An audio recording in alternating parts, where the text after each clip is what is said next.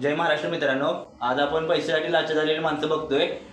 ते हिंदुस्थान भाऊ माहिती आहे का आपल्याला? अरे तो हिंदुस्थानी भाऊ नाही, भाडकावा आहे तो।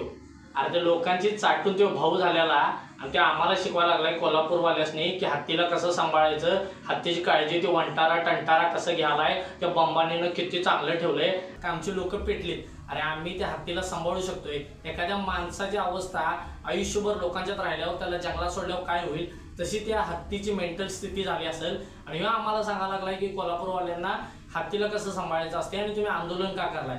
अरे 4-4, 5-5 दिवस ते नामणी गावातली लोक जेवली नाहीत। अख्खं कोल्हापूर जिल्ह्याला लोक दुनियेतून सपोर्ट करायला लागल्यात, बाहेरचे इन्फ्लुएन्सर सपोर्ट करायला लागल्यात त्या पैशासाठी। अरे लाचार व्हायचं सुधर भामट्या।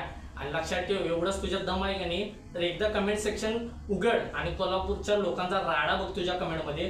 जर नाही राडा झाला आणि नाही जाळंधूर झाला तर आमचं नाव बदल तू कोल्हापूरकर असल्यास। आम्हाला माहिती आहे की आमच्या लोकांच्यावर काय अवस्था झाल्या आणि त्या हत्ती गेल्यामुळे लोकांची मन किती बिघडल्यात, मनस्थिती काय झाल्या। 100-100 वर्षांच्या म्हाताऱ्या आज्या कलेक्टर ऑफिसला गेल्या ते आंदोलनासाठी। लोक 45 किलोमीटर चालत गेल्यात। खोडे दोय त्यांच्या भावनांचं काय? तू बोलायला लागलाय, जरा लाज ठेव आणि अवकातीत राहा। तुझी लायकी नाही कोल्हापूरला बोलायची।